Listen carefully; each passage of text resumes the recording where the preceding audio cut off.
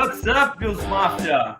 Fernando Schmude here, your host of the Leading the Charge, and today I have Anthony Prohaska with me to talk some Bills training camps and especially the scrimmage happening tonight. Anthony, welcome, man. Thank you so much for accepting quickly the invite again and being here with us in the Leading the Charge. Welcome. The house is yours. Thank you for having me. I always enjoy coming here and hanging out with you. And it's so easy for us to get off track. Like we were already like offline talking about soccer, and then I was like, oh wait, let's start the show. Like, yeah, I just enjoy hanging out with you and talking to you about football and well, I guess both kinds of football. And yeah, so thank you for having me. It's always awesome to be here, and I'm excited. Absolutely. I couldn't help myself to ask you about Messi, man, knowing how big of a Barcelona fan you are, and especially with Messi being around. I believe people in the US who enjoys the other football, the soccer, right? They can have a really good time enjoying one of the best ever. I need to say this, one of the best ever, okay? I won't go GOAT route with Messi, for obvious reasons, but that's fair. I understand. I'm sure you are excited to be able to enjoy some Messi. Yeah, I am. It's cool being able to see him, the opportunity to see him live here now. I'm either going to try and go down to see him in Miami or living in Buffalo, like go see him when he comes up to play Toronto. It's still, again, like we were talking offline, it's not going to be the same as I was going to go see him in the Camp Nou before COVID hit and that kind of went down, but it'll still be cool to see him at some point and watch him dominate all these guys without even trying. No doubt. I even saw somebody saying, oh, that free kick was staged. Man, you can't stage that kind of free kick, man. No. The guy at the end of the day still needs to hit the ball in a way that only Messi can, So yeah, and even the wall jumped, the goalkeeper tried hard. Yeah. You can't stage that, man. I was watching that game and I told my wife, I was like, he's going to score right here because I just feel it. And he scored and I didn't even like celebrate or like get excited. And I was just like, of course, like it was just picture perfect. And yeah, but even if you wanted to stage it, even if you said like, we're going to give him his favorite spot, we'll let him try to hit it, you still have to make the kick. Like, and that's super hard. I don't think people understand how hard it is to score a free kick. Like that's super hard. And that's something that Messi won't lose anytime soon, because maybe if he tried to come from before midfield, dribbling everybody, and yeah, he still can do that, but not like when in his prime. Mm-hmm. But hitting a free kick, man, the guy will be able to do it until he's 50 years old. Yeah, really. Yeah, you could literally just sub him on, and once he has no legs left, you sub him on in the 75th minute and just hope you get a free kick and see if he can bury one. Absolutely. All right, man, but let's talk some Bills football. That's why people are here listening to us. So you've been there in the camp, right? And I wish I could, man. I really wish, and maybe someday it will happen. I will be able to meet all my Cover One brothers, my Buffalo Rumble brothers, and it's gonna be a great day, but not so far. So until that day arrives, I really trust your eyes so far to follow it closely and to give me some insight. And how was the experience there? And big congratulations for your job so far, being able to have awesome film studies with the players and to bring that kind of inside info to all the fans. It's awesome, an awesome job. I'm enjoying it a lot, and keep it up, man. Keep it up. You and Eric are killing it, and let me know how's it going out there.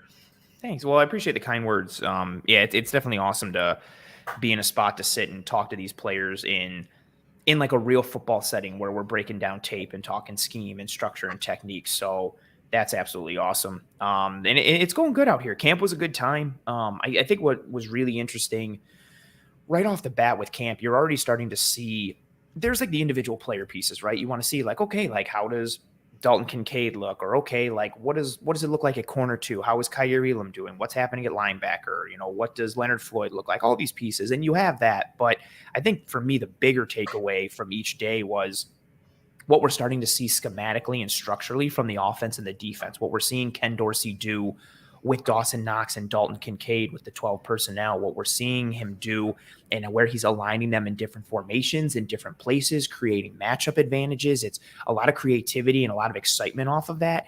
And then defensively, already seeing, more pressure looks, more blitzes, more showing pressure and dropping out, more mind games with the offensive line and protection schemes from the defensive side. So it's early on still. We're only in the second week of camp, and we have the scrimmage tonight. There's a lot of football left to go in the offseason before things kick off for the Bills on September 11th against the Jets. But we're already starting to see a bunch of those wrinkles and a bunch of those tweaks from, Ken Dorsey evolving from what he was last year, and then Sean McDermott taking over as defensive coordinator and adding his own, spin or twist on the Bills defense. So it's exciting to see those pieces already. Awesome.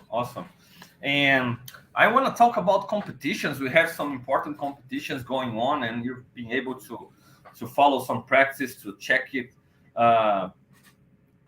real near the action, and to be able to give your own opinion about it.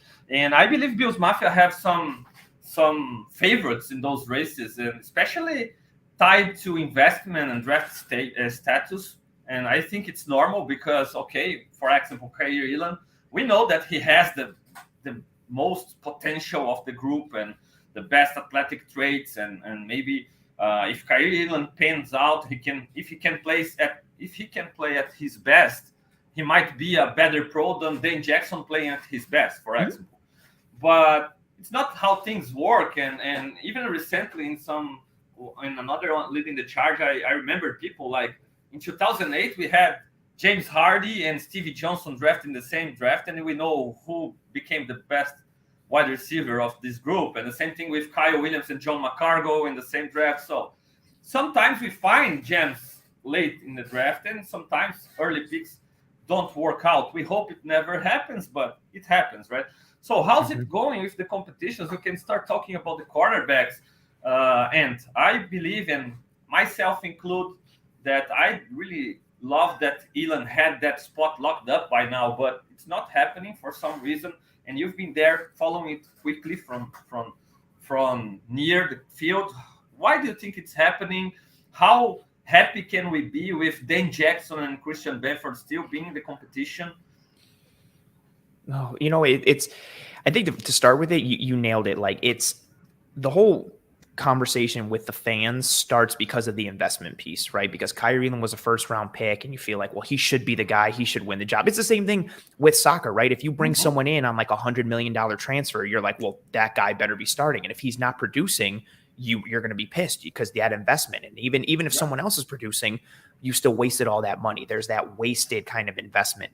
And I think for a lot of people, the thought was, Kaiir should have been playing all of last year. That wasn't my opinion. In my estimation, I thought he was making some mental mistakes in games. And if that was happening in games, I was imagining that was happening in practice. And if that's happening in practice, you can't put a guy out there necessarily. And I think for as much as what this competition is now, and I think it's a legitimate competition. Like, for me, I think Dane Jackson is out in front a little bit, but I think realistically on day one, against the Jets opening week 1, it could be any one of these three guys. I think it's a legitimate battle for that cornerback 2 spot, which is, again, probably disappointing to most of the fan base. And for Kaiir, I really don't think he hasn't had a bad camp.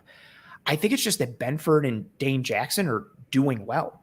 Like, they're performing well. They're having good days. They're making plays on the ball. And for as much maligned as Dane Jackson has been, I know everybody roasted him for always being in good coverage and good spots last year, but not getting his hands on the ball. The dude was tied for 11th in pass breakups in the league and had some of the best, he was in the top third for a lot of advanced metrics, and significantly ahead of Kaiir and Christian Benford in a lot of ways. So he had a better year than I think he gets credit for. And when in talking with Dean Marlowe this week in the Cover One film room, he said something in regards to the safeties, but it applies to the corners.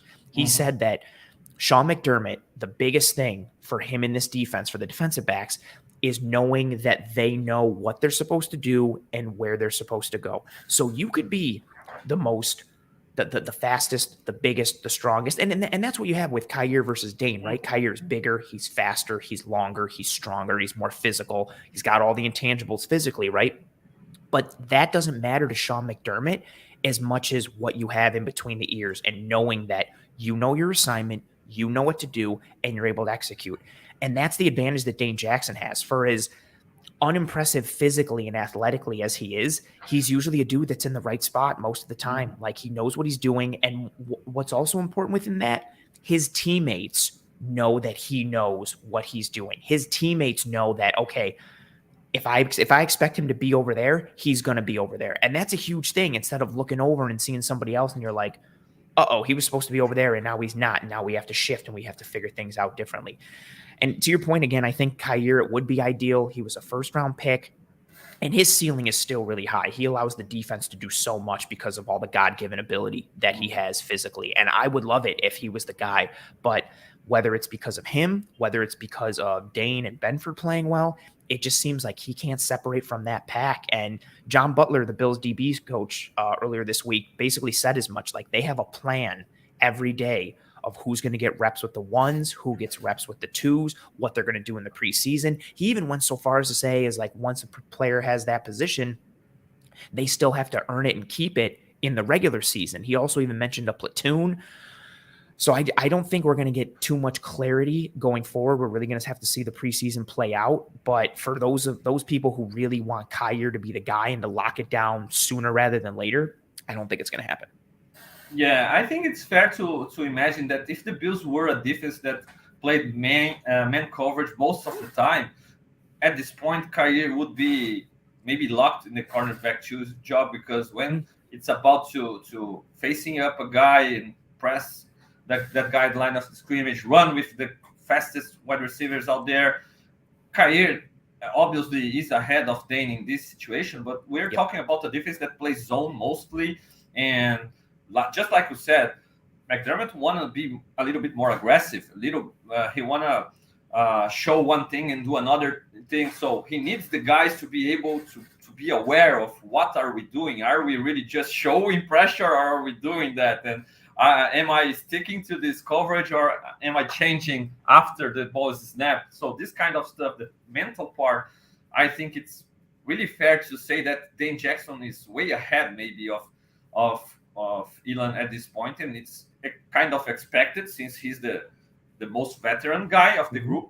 And maybe it's fair. Do you think it's fair to say that Christian Benford is kind of in between both? Because that's a huge guy. He's physical. He maybe isn't as fast as Elon, but he can tackle. He showed that.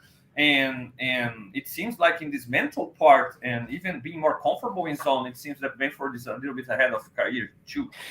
Yeah, it's interesting with him. Like, and I've said this a bunch, like, I had no expectations for him last year coming into camp.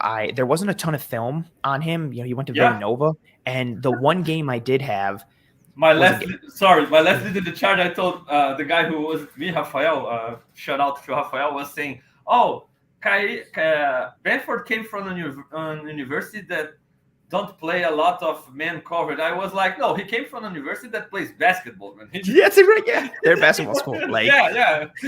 Villanova, that's a really good one. Villanova is not really like a football school. Yeah. And the one game that I had tape on him for was against Penn State. And the first play, Jahan Dotson, first round pick for Washington, burns him, turns him inside out. And I was just like, oh. And I saw the stats, and he had production, but I only had that one game. I didn't really think too much of him. And then every day in camp, he was just impressive. I thought he was impressive in the preseason. He's this weird dark horse candidate. I really like Christian Benford. He even had games, even against Minnesota, he's going up against Justin Jefferson, and Jefferson gets him. But he learns. Like, the routes that he gets beat on in the first quarter, they go to those routes again in the third. And Benford plays it differently. Right from the jump, he gets in the hip pocket of Jefferson. He rides him. He gives him no space. Like, and seeing that is extremely impressive from a guy, to your point. Like, he's not playing high-level, high-caliber talent with the schedule that Villanova has. Also, no disrespect, I know college ball is college ball.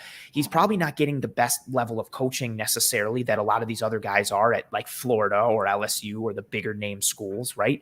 So he's learning how to play the spot really and developing on the fly in the NFL. And I thought he had a good rookie season despite being banged up.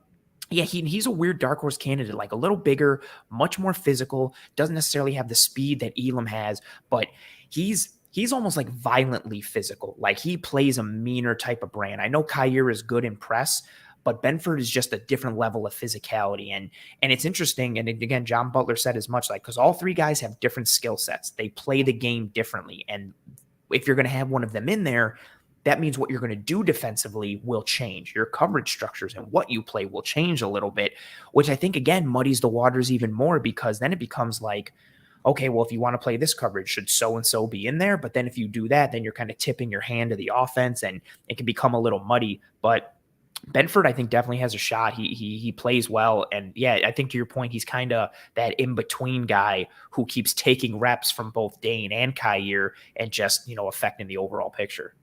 Awesome. Let's have quick 5 seconds for our sponsors.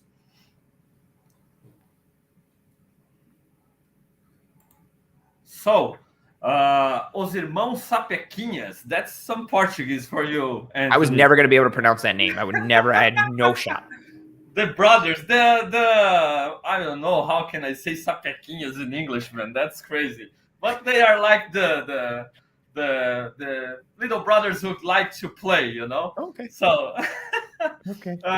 They are talking about Kyer and his good one-on-one reps. Recently, a lot has been reported about Kyer being able to lock down Diggs, and that's being just for one or another rep, right? Since Diggs has been killing it, but there has been some nice reps by Kyer, and people are asking about it. What can you tell us? Yeah, well, I think when you get those one-on-one reps, especially like in individual drills, Marcel is the dad of the little brothers. Okay. Oh, well done. I'm putting it together now. And I think with Kyer, he does well. You mentioned it, right? Like the man coverage piece at Florida, what he's comfortable with, what he's been accustomed to at Florida. So he gets to do a lot of that in these individual drills where you're just like, it's one-on-one. It's you against Gabe Davis or Deontay Hardy or Stephon Diggs or whoever. And so when he gets in those one-on-one opportunities, that's where he's most comfortable. It's like he's back at Florida, and all he has to do is rely on kind of the previous technique that he's learned, and he can rely on his physicality and his size and his athleticism and all that kind of stuff. So yeah, he has had several good one-on-one reps. I think, again, where you see him not necessarily struggle, but what you want to see more is once you get into the team situation and you're playing quarters or you're playing cover two and all these pieces, like him recognizing what he has, what his responsibility is. And again, it's what Dane does and what Christian Benford does and how they go against one another. But yeah, Kyer continues to show well in individual drills when he gets into those one-on-one situations. And he did show better down the stretch last year as well in terms of his understanding and comfortability in the zone scheme. But, he's still obviously just involved in this heavy battle for corner two. Yeah, man. And that's something, thinking about player development, that people don't think about enough, in my opinion. And it happens in another sports too. We even have some debates here in Brazil about player development in soccer here, because when those young players are playing like in under 21s, under 17s, and the same thing players in college, those coaches aren't really worried about, how good of a pro this guy is going to become. Is he going to be well-rounded enough and things like that? No, they're running their schemes and they want to win their game. So they just care about the players doing whatever is best for them to winning the games there. So it happens probably more than people realize with quarterbacks, especially in college. And it can be said about cornerbacks too. Florida run a lot of man-to-man coverage, so they weren't really, Kyer maybe isn't good enough in zone coverage or playing soft coverage, playing away from the line of scrimmage, because they really don't need that. Yeah, no, they're going to play what works best for them. They're going to play what their system and their scheme is. And again, that's where it comes down to in college, right? Like you said, like you have certain schools that build more like pro-ready players versus other guys. I mean, Dane Jackson's actually a really good example. The system that Pitt runs with their coach, Pat Narduzzi, that's a very similar scheme to what the Bills run, which is why Dane Jackson and DeMar Hamlin, despite the fact that they were later round picks, had an easier time assimilating into that scheme and into that defense. Even Terrell Bernard, who, is involved in another competition, coming in from like a match kind of system at Baylor with Dave Aranda, like that kind of gives him a leg up coming into a system like this versus someone like Dorian Williams coming from Tulane, who just has more of a basic, simplistic kind of coverage structure. And again, to your point, like it's what the school plays, is what that head coach wants. And for as much as they want those kids to go on and succeed at the next level, like they have a job to do at college. And so what they want to run is what they want to run. And sometimes it helps you get to the NFL. And sometimes it means when you get to the NFL, you have a little more to learn and a little more on your plate. And as we see that with a variety of guys, but it's funny. Yeah. Like Kyer, all the tools in the world, has to come in and kind of relearn some things or learn new things versus Dane Jackson. Not as many tools in his toolbox there, but has so much familiarity with the scheme and the system coming from Pitt, and it makes him easier to assimilate for him into the league, into the Bills.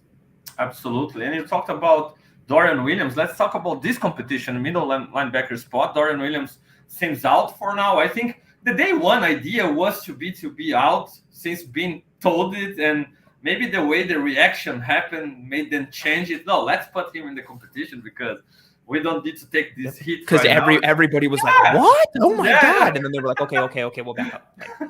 But, even the place he was drafted, it was very similar to the way Terrell Bernard was treated like a season ago. So he's in the very same spot. And probably if nobody can really do a nice job at the middle linebacker spot this season, Dorian Williams should get his shot next year, maybe, or maybe even at the end of the year. But I will shoot for the next season, just like Bernard is having an opportunity to compete right now. And Braylon Spector had some opportunities, but it seems he's not rotating in anymore. It's more like between Dodson and Bernard. And I've seen a lot of people now siding with Dodson, and that's crazy to me, Anthony, because I'm the president of Terrell Bernard fan club, and man, it seems every time it's anybody but Bernard, and it's pretty clear to me that Bernard was now Dorian too as a plan B, but Bernard was the first one that they identified like, okay, that's our project.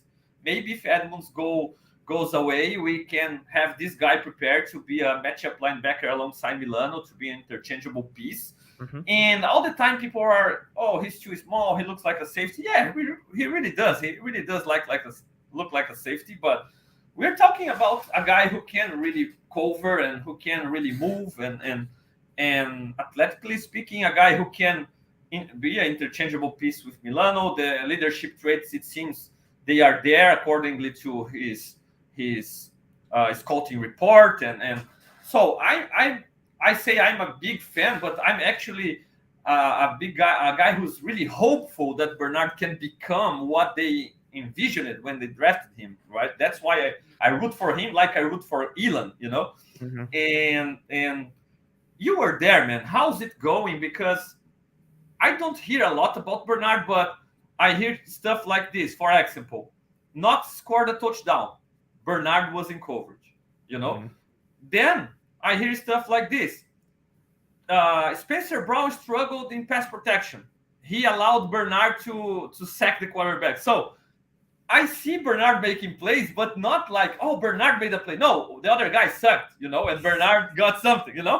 Oh, the quarterback was inaccurate. Bernard intercepted the pass, kind of stuff like that. But he's making some plays. So how's it going, man? I get that Dodson maybe is in Dane's spot, being more experienced, more comfortable maybe. But I'm really excited and anxious to see Bernard in the preseason games and even today in the scrimmage. What do you think about this competition so far? I'm anxious about it, to go off that word you just used. And there's no clear answer, right? And I think we kind of start from the bottom. Like Dorian Williams, to your point, I don't think this was a 2023 move. I think this was like a 2024 and beyond type of move. And what is nice to see, he's out there early before practice starts each day, getting work with Bobby Babich and trying to work on that match coverage piece. He's out there working on, passing off and collecting from the route distribution and adjusting to things, again, from a different kind of coverage game and structure and scheme that he operated with at Tulane. So it's good to see him putting that work in, but he's still not at a point where you're going to give him starting reps in the NFL. Like, he's not there. His preseason will be fun to watch, but we'll see what happens from there. Spector, was involved early on, but it seems like he's kind of faded a bit. He does have some vulnerabilities in coverage, similar to kind of Terrell Dodson, although I think Spector might be a better athlete. Bernard, for me, he's who I would like to start, purely because I think he's kind of the least of all evils if that makes sense. Like there's no aspect in his game. He's got a lot of unsexiness to his game, but there's not really an area where he's deficient or he's a vulnerability or he's a liability. Like on a scale of 1 to 10, if you take all like the skill set pieces and qualifications of a linebacker on everything, he's probably like a 6.5 to like a 7.5 on everything. You know, maybe a couple pieces where he's like an 8.5 or a 9, but everything is like, oh, okay, 6.5 to 7.5. The other linebackers in the competition, even Terrell Dodson, you have some areas where they're like, oh, they're an 8. Oh, they're an 8.5. And then there's other areas where like, they're a 3. Oh, they're a 2. Oh, and so there's that larger variance in that game, in their game.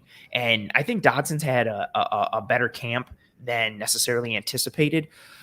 But I still think at this point, he is who he is. And his ability in coverage can make you vulnerable at times. There is some deficiency in his game in that regard, which makes me think if he wins the job, I would anticipate more Taylor Rapp being involved in this defense as a dime linebacker and Dodson coming out on passing downs, which can be okay. The problem with that is then you start to get into a situation where the defense or where the offense can play you against yourself. And they know like, okay, they don't want Dodson in coverage. Okay, we're in this situation. Rapp's going to come in. When you have to platoon, you can get a little bit predictable. There's some tendency giveaway. So I don't really love that, but I understand if they have to. Whereas Bernard, I think he can do a little bit of everything. I love his blitzing ability.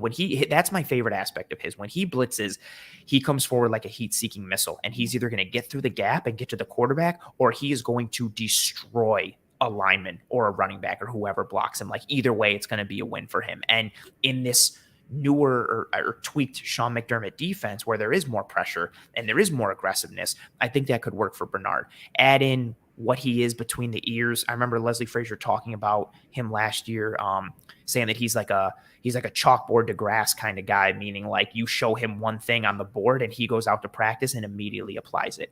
And I think, again, with what he can do in coverage, what he can do against the run, he's kind of the least of all evils and the best mix of everything. He is on the smaller side to your point. And ironically, talking about Taylor Rapp, like if you look fast and you don't look at the numbers, you'd confuse Taylor Rapp and Terrell Bernard. Like granted, Rapp's a little bit of a bigger safety, but that still means Bernard is a smaller guy. And so Dodson has more of the size and he's more of that thumper. But again, I think every Bills fan knows whether you want to show the Cleveland Browns game or I think maybe the Detroit game or Minnesota, everything like blends together for me. Like you see like the vulnerability with him in coverage and some of the deficiencies. And you've even seen that in camp, like him dropping and Allen just being able to take advantage of the middle of the field when Dodson's out there. So we'll see what happens. Oh, yeah, to RJ's point there. You know, it's funny. What's up, RJ? RJ is a regular viewer of the Film Room and Disguise coverage. Awesome guy. Awesome. In both of my shows. And he commented something similarly on Disguise coverage when I was talking about the linebacker spot. So yeah, he's gotten better. But I don't want to like move the goalpost, but it's like, well, yeah, because if you're a 1 on a scale of 1 to 10, there's really nowhere to go but up. So like, I would hope like he's gotten better, but it's still not in a spot where you necessarily want. I think Bernard is much better in coverage, and no matter who wins the job, it's a big step down from what Tremaine Edmonds was and what he allowed you to do. So it's a position I'm very anxious about. I'm interested to see what happens tonight at the scrimmage, and then even more so in the preseason. It's something that I'm going to be drilling down on in the games and then the film because I really want to see what's up. Yeah, man. Hearing McDermott talk about the middle linebacker or the Mike linebacker spot, and it seems like people don't realize how he wants that guy to be really important in the communication aspect. And so I find it hard to see him being comfortable taking that guy away all the time, like, oh, clear passing down. Let me take my Mike linebacker away. But Come on, I want this guy to be the main communicator of this defense. So he's probably comfortable keeping both linebackers players all the time on the field like we are used to see. And for some reason, they don't want to make Matt Milano this guy because thinking about it, maybe if they made Milano this guy, it would be easier to simply change the pieces, put Rapp in clear passing downs, and you still have Milano all the time on the field as the main communicator. But it seems for some reason they want the Mike to be this guy, the green dot guy. And so it really seems that if Bernard is the guy he was expected to be in the mental part of the game, especially, he's probably winning this job. That's my guess, I think it's his job to lose. He only will lose this job if he's really not at the level that they expected him to be at this point. and I think that's a real possibility because they double down on Dorian Williams' pick, But my guess is that Bernard still wins the job, and he will, just like you said in the beginning of the show, they will need to play and to earn that job week after week, or he will be in danger of losing this job to Dorian Williams when he's prepared, another guy who has a lot of traits to work with and who can be developed to this position. So that's what I believe is the plan for now. And maybe if Bernard really struggles, then they have Dodson, who they are comfortable with, but they gotta live with his limitations. Yeah, and those limitations are, again, like significant, and it's just a large domino effect in terms of what you can do from a coverage standpoint. And I think Bernard allows you to, again, no matter who they play there, their coverage menu isn't going to be as vast as it was when Tremaine Edmonds was there, right? But if Bernard is there, I think you have to shrink it down a little bit. But if Dodson's there, I think you have to shrink it even further because of what his physical limitations are. But again, the benefit for Dodson is he's been on this team for multiple years. He knows how the players work. He knows how the coaches work. He knows where he's supposed to be and what he's supposed to do. Like, he knows his assignments. He knows his responsibility. So he's got time on task in the system, and that comfortability piece. But it's clear, like, when you put on there and you see who's doing what in coverage and how they have to function and how they move and how they drop and how they read and all of these things, there are limitations to his game. And, maybe they're not enough to prevent him from starting and taking this job, or maybe they're outweighed by what he can do against the run, or maybe, yeah, to your point, maybe Terrell Bernard doesn't, kind of take the bull by the horns and take that spot. But if you're looking at things holistically and what a player is overall versus the rest of the pack, it seems like Bernard has the least amount of deficiencies or vulnerabilities in his game and is, again, like the least of all evils when you're looking at the total package. Got it. Quick break for the sponsor.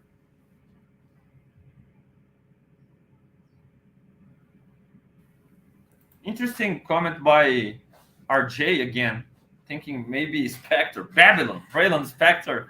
No, that's a. I call him Babylon because I think it sounds really cool. That's my favorite thing. So that's a me thing. I appreciate you, RJ. Yeah, Babylon Spectre.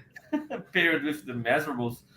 I don't know, man. I think people want to love Braylon Spectre way too much. Not against the guy. I think he has some athletic ability, but I don't know. When I heard about Braylon Spectre is communicating really well, he's being loud, it reminded me when I still played soccer, and we had a problem, for example, with the center backs, and the coach said, look, the center backs aren't communicating enough with the players, and we gotta have a center back who communicates more.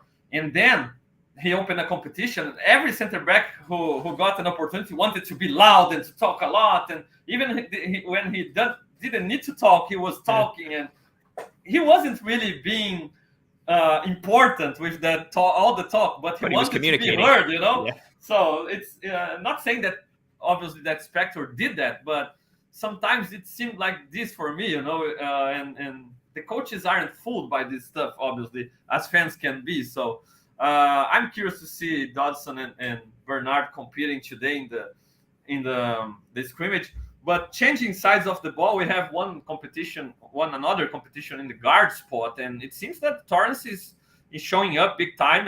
And my bet right now is that he starts day one. How do you see the situation? Yeah. Ooh, this is a really good one, and I honestly, this one is more fun. The linebacker one makes me anxious and gives me stress. The corner one, I like all three corners. That gives me a little less stress and anxiety. The guard one, I think, is just fun because I like Ryan Bates and I like Torrance. Love the guy. Yes, it's awesome. So, like, whoever wins, cool. My initial thought on Torrance, I think it was the first thing I tweeted out when I went to camp on Sunday. He's slimmed down. Like, he's still big. He's still strong and powerful. But I saw him at the Senior Bowl in February, and I think he was around at least 330, but I think he was like 335, 337, and was just huge. Yeah. Seeing him in camp, he's thinned out, he's leaned out, and he looks, and I don't want to say he was in bad shape before, but it just looks like he's rejigged like kind of how his body mass works, which I was like, oh, that's cool and interesting to know. And then the next thing I thought was, okay, like, how does it affect how he plays? But you still see the power. You're still seeing the explosion and the pop in the hands. He had a play where he down blocked Daquan Jones and just completely washed him out. And that doesn't happen to Daquan Jones. One, because Daquan Jones is a big, strong man. But two, Daquan really knows how to play with leverage and understand the feel of what linemen are trying to do to him. So whether it's because he's big and strong or because he knows the feel and technique, he can usually adjust himself whatever an offensive lineman's trying to do to him. And he couldn't with how Torrence got him. And so I think Torrence has shown well. I think Bates has shown well. Also, what's interesting with this, and this is something I've said since Torrence was drafted, Torrence and Bates are two very different kinds of players. Bates is in the mold of Mitch Morse and Connor McGovern, the rest of the interior linemen, where they're smaller, they're better in space, they're quick, they're fast, they're athletic, guys that are around like 307, 308 pounds.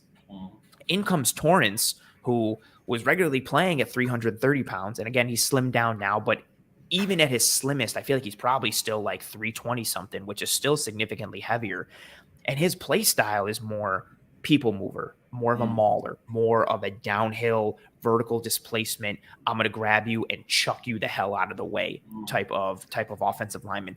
That's not what Ryan Bates is. And I'm not saying that positively or negatively. That just means your offense, your run scheme, and your offensive line design is going to be different based on who's in that right guard spot. And we're seeing it already. Like when Torrence is in there, we're seeing, if the Bills run pin and pull, he's the pin. He's the guy who's washing someone down, versus when Ryan Bates is in there and they run pin and pull, Bates is the guy who's pulling. Bates is the guy who's moving and getting out in space with Mitch Morse, because you want that. Bates is so athletic. Get him out in space, let him work and do those things.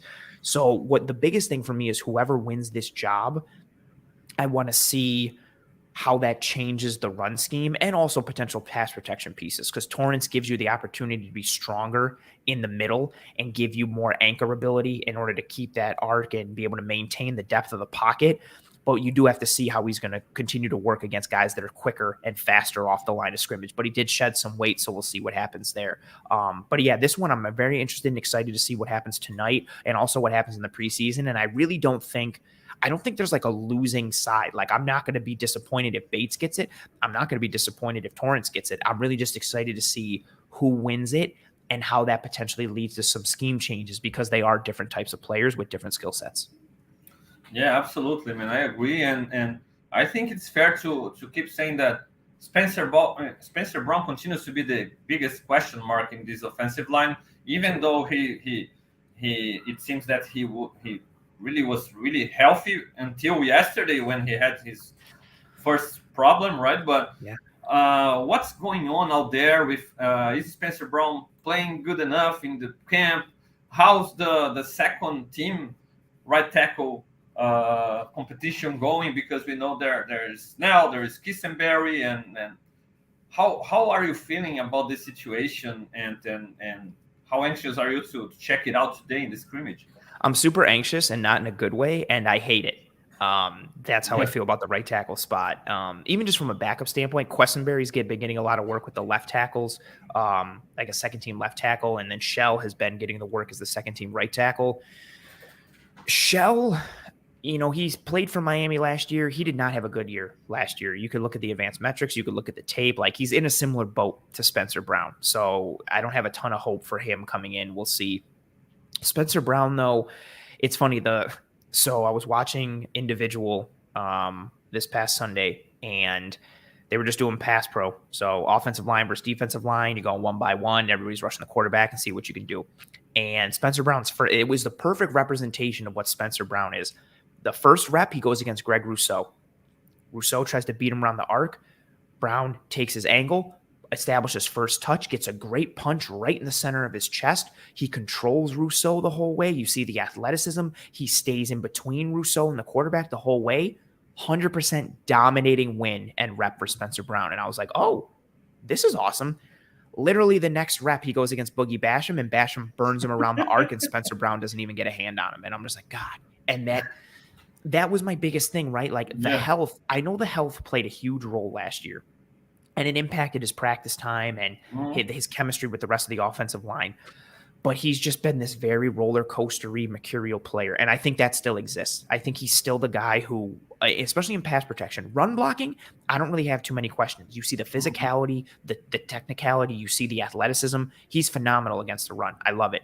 pass protection, I still think is a huge question mark. And I still think he's the guy where on one rep, you're going to see him and be like, oh my God, this is the right tackle of the future. And then the next rep, you're going to be like, oh my God, we need to get him off the field because he's a liability.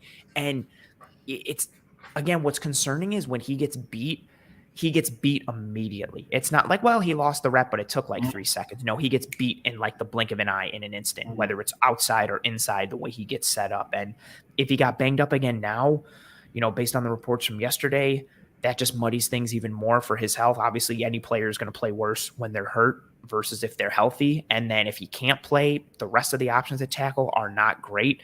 It was my biggest question mark coming into this season, just because I thought Spencer Brown has all the tools in the world, and it has a high ceiling, but I thought he was a huge question mark because of how much of a roller coaster he's been. Even when healthy, he's been a roller coaster. And I thought it was a lot to expect a jump from him going into year 3 in order to stabilize that position. And so I'm very worried to continue to see that roller coaster play within him, and then him being banged up again. And it really makes me wish they had addressed right tackle in a more serious way, either in the draft or free agency, like I had been pounding the table for them to. Absolutely. Ant, I know you don't have much time left, and I don't want to mess up with your schedule. You got to be in the stadium today watching that scrimmage so we can have your amazing updates via Twitter. But let me know, to close it out, what really popped out for you watching this training camp, something that really popped out, or maybe top 3 that popped out for you in the watching those practices?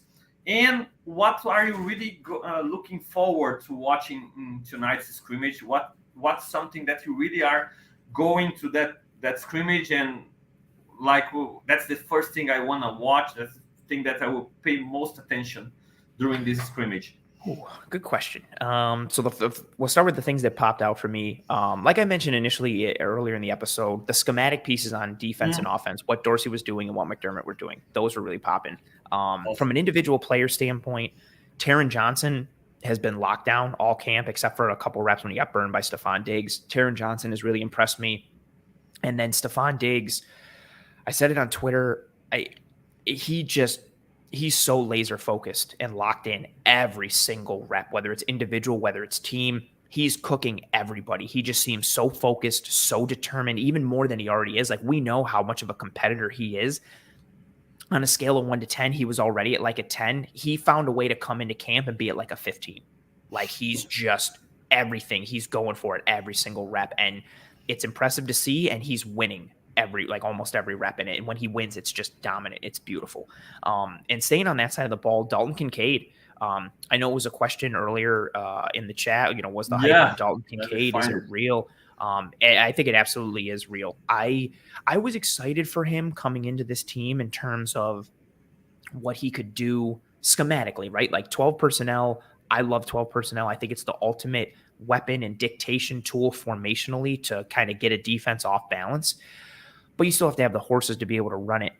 And I thought Kincaid could assimilate well, but he's just transitioning beautifully. Like, he's winning rep after rep against a variety of players, whether it's a corner, whether it's a safety, whether it's a linebacker, and his feel for space, his feel for route running nuance and understanding, okay, this guy's on my back hip. Let me give a quick little shoulder nudge on the outside and then break down and cross inside. And now I've created like 5 yards of separation in an instant. He continues to get himself open. He's got tremendous hands. I don't know if it's official or not, but I keep hearing it stated like he hasn't dropped a ball all camp, which from what I've seen, I think that's actually accurate. And then the athleticism and the catch radius too. Like, there's been a couple throws from Allen where Allen's found him and Kincaid's really had to stretch and extend and reach and bring the ball in, but he does. And not only does he catch it, it doesn't affect his stride at all. He just gets it and tucks it and keeps on going. Like, he's just so fluid. The way I describe it, he's fluidly technical. Like, he's got fluid technicality. He's just route running nuance. He's got good feet. He understands leverage. He understands spacing. And then he's got the athletic component to go along with it. And I know it's tough for rookie tight ends to assimilate into the NFL and be productive right off the jump. And I know it's tough for rookies in general to be really productive coming off. And I don't know what it means for his numbers because I think he'll be used more situationally. But, man, he is the real deal to answer that question. And, yeah, he's arguably my biggest takeaway of camp from an individual perspective. I just did not think that he would be this comfortable in the NFL this early. And again, we'll see what happens when the pads start popping. He's one that I'm excited to watch tonight too. Like, I know pads have been on the last couple of days, but the scrimmage is really, everybody dials it up a little bit more. You're not seeing the true physicality and effort you might see in a game, but everybody's going a little bit harder. Everybody knows what's up. They know they're in the stadium. You're juiced up a little bit more. You want to see what's up in terms of what you can do and how you can go. So I want to see what Kincaid looks like in the scrimmage. I want to see what the corner two competition looks like in the scrimmage. I want to see what coverages they're running on the back end when each corner is in the game, and then how those corners are functioning within the scheme and then individually. I want to see the linebacker rotation, who's coming out with the ones, how many snaps is each player getting with the ones, and then how are they functioning in coverage? How are they functioning in the run? Staying on the defensive line, I want to see the edge rotation. AJ Epinesa has been getting a lot of work with the ones, but Leonard Floyd has been doing really good. I think it's more just letting him kind of get into a rhythm. Floyd has really stepped it up the past several days with his pass rush, so I want to start to see what that edge rotation looks like. Is Epinesa coming out with the ones? Is it Floyd? How much rotation are they getting? How are they being used? So that's a huge piece for me as well. The offensive line piece, we already talked about Torrance and Bates. I really want to see that. And then I want to see how healthy Spencer Brown is, how he does, how Shell does, how Questenberry does, just in case he has to kick over to that right tackle spot, because I'm very nervous. Even the left guard spot, Connor McGovern's been okay, but he's been a little disappointing compared to what I thought he'd be. David Edwards has gotten some work with the one, so I'm interested to see what Edwards could be, somebody who has a lot of familiarity with Aaron Cromer with his time in LA and who has been a good guard when he started and been healthy. So I'm interested to see that. Wide receiver 3, I have a lot of things to watch for, so I'm sorry this list is so long. Wide receiver 3, Trent Sherfield has looked really good. Deontay Hardy has looked really good. Khalil Shakir has looked really good, who I think is the guy who's kind of like the forgotten piece in all this. Like, Hardy and Sherfield came in, they drafted Kincaid, and I feel like Shakir kind of got put on the back burner, but he had a couple really good plays last year with a limited sample size. He had a great scrimmage last year. I'm interested to see what he does. And again, how do the reps shake out? Shakir's been getting time with the ones. Sherfield's been getting time with the ones. Hardy's been getting a little less, but when he's in there, they're running manufactured reps and snaps where he's designed to get the ball. So trying to see how that position shakes out is a huge one for me. I think that's one of the competitions that, again, is more like in the fun conversation, because it's like, all 3 of these guys are cool. Like, let's see who wins the job.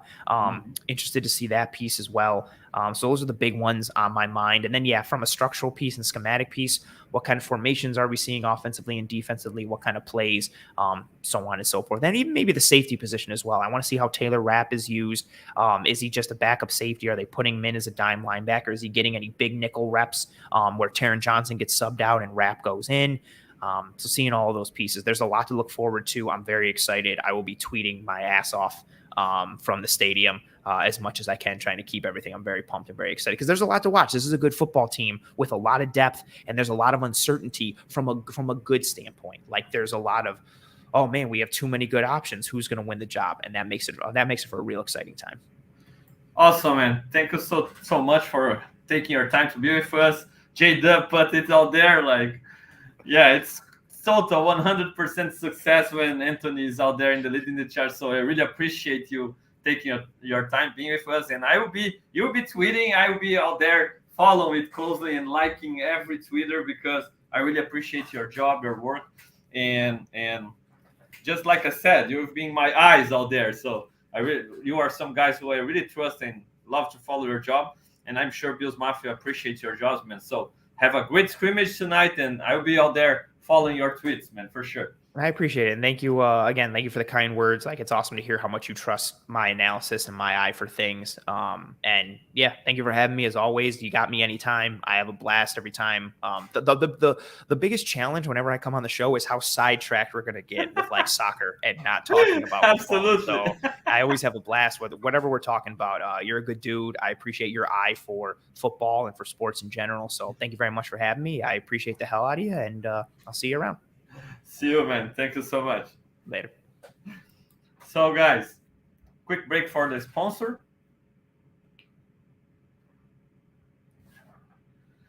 That's it, guy. Anthony Prohaska with us. Great guy. And I'm sure he's going to be tweeting some important information. And it's a must follow at Twitter. Anthony is the most followed, but if you aren't follow him, follow at Fernando Schmude. I'll be retweeting every information about the scrimmage tonight. And yeah, J-Dub still here with, oh wait, now you have one more like than viewers. It happens sometimes because some people in Brazil can't understand in English. They only follow the Portuguese version of Leading the Charge, J-Dub. But I appreciate all of you that have been there listening to me. And please hit that like button, subscribe to Buffalo Rumblings channel, subscribe also to my own Fernando Schmude channel.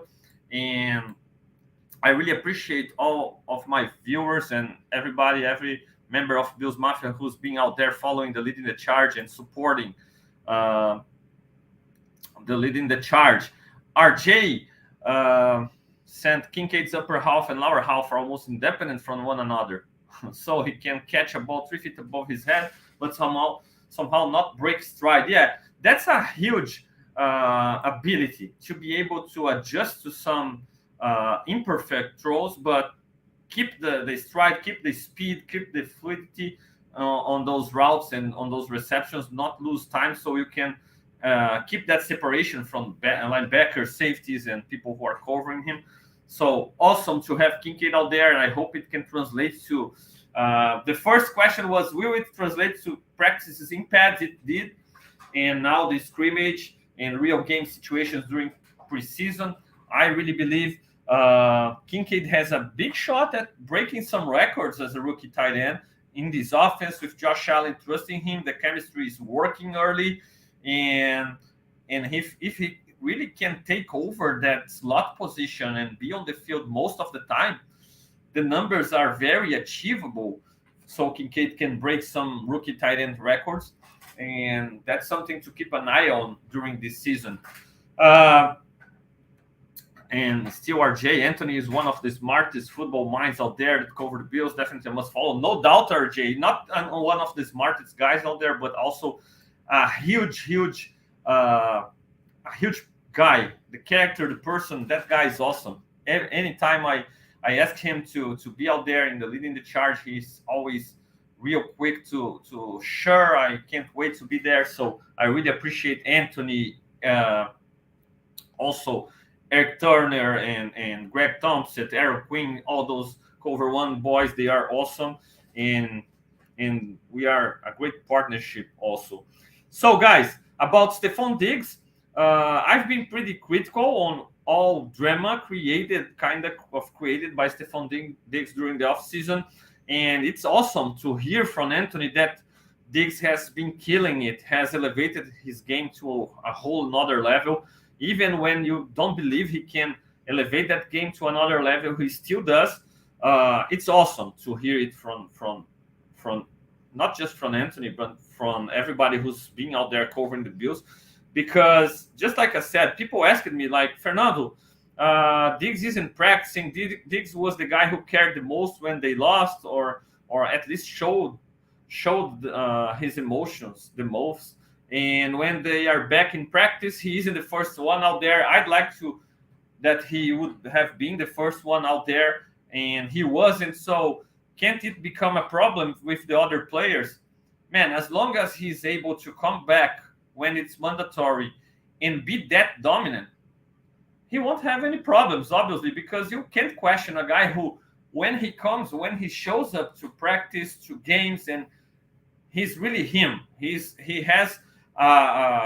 having so far a training camp that he's saying out loud, I'm him, with every practice, with every rep, with the way he's beating his competition and making plays. So as long as he can continue to play at this level, as long as he can continue to show up and be in a great shape and be a dominant player, he will continue to be a team captain. He will continue to be a leader of the team, because even if he can be kind of a diva sometimes and have this kind of behavior, calling out people or doing some stuff that isn't ideal for your team captain, if he can show up and be that dominant, man, nobody will be able to question him. Now, the day, everybody knows that Father Time is undefeated, and one day he will still believe that he'll be able to do so, and he won't. That day, when this day arrives, he'll have some trouble in the locker room for sure. People will call him out, but until that day arrives, he's good. He's in a good situation, and nobody will be able to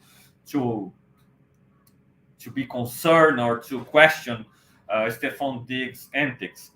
That's it, Bills Mafia. I hope you have enjoyed this preview of the return of Blue and Red tonight at the Highmark Stadium, Bills scrimmage.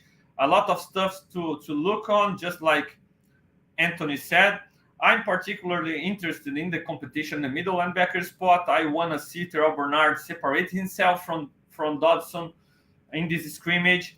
And again, I root for it. And if Bernard can't beat Dodson, then that pick would be considered a failure, and Bernard might be able to be considered a bust. And then the focus will turn to Dorian Williams being prepared for the future. And will Tyrell Dodson be able to hold down that middle linebacker spot with some of his issues in coverage? People that being there has talked about how Dodson has improved in coverage, but is it enough? We'll look at it in the scrimmage tonight again. But I really hope that Bernard can show up, make some plays, and separate himself, take the lead in the middle linebacker spot. That's my expectation. I also hope that Kyle Elam can have a great scrimmage because, yes, I love Dan Jackson, but I think he's limited. And, okay, last year, some of the plays that were made over Dan Jackson, he was in position. He was real close of making a play, but he couldn't. I hope he can this year maybe take this next step and make those plays. But I have no doubts that Kyle Elam can really offer a next step, a next gear in this cornerback 2 spot. So I hope he can show up big time and play really well in this scrimmage and maybe also take over that cornerback 2 spot, just because I really believe his potential is really higher than Dan Jackson, and Kyle Elam is a guy who can become not just cornerback 2 for the Bills, but maybe cornerback 1B, 1A even in time, alongside Tre'Davious White. And obviously Kincaid and the pass catchers, this is something that I will keep an eye on. I'm really intrigued by those guys at the number 3 wide receiver spot. But if Kincaid can really dominate, man, I think this position won't have a huge impact. Those guys will fight for rotation spots because the main guys out there will be Diggs, Davis, Kincaid, Knox, and running backs most of the time. So most importantly, I believe it's Kincaid really being able to play well, and that the guys can be healthy and have a healthy scrimmage, play physically, but keep healthy. Those are my main expectations for tonight's scrimmage. And it's been a pleasure being with you today, Bills Mafia. I will be back on Sunday with my Leading the Charge in Portuguese live at 7 p.m. East. And right after, I will record the quick podcast in English to post in your favorite podcast spot in Spotify and other places you can find the podcast, the Leading the Chart podcast, on Sunday nights too. Thank you so much for taking time, for being with me all along this hour. I'm sure you enjoyed having. I hope you've enjoyed having Anthony Prohaska with us as much as I did. It was awesome. Appreciate you taking your time. Thank you, RJ, for the great show comment, and shout out to everybody who's been here with us. See you on Sunday. Have a great day. Have a great scrimmage, Bill Mafia. And we talk again on Sunday. That's it. See you around. Go Bills.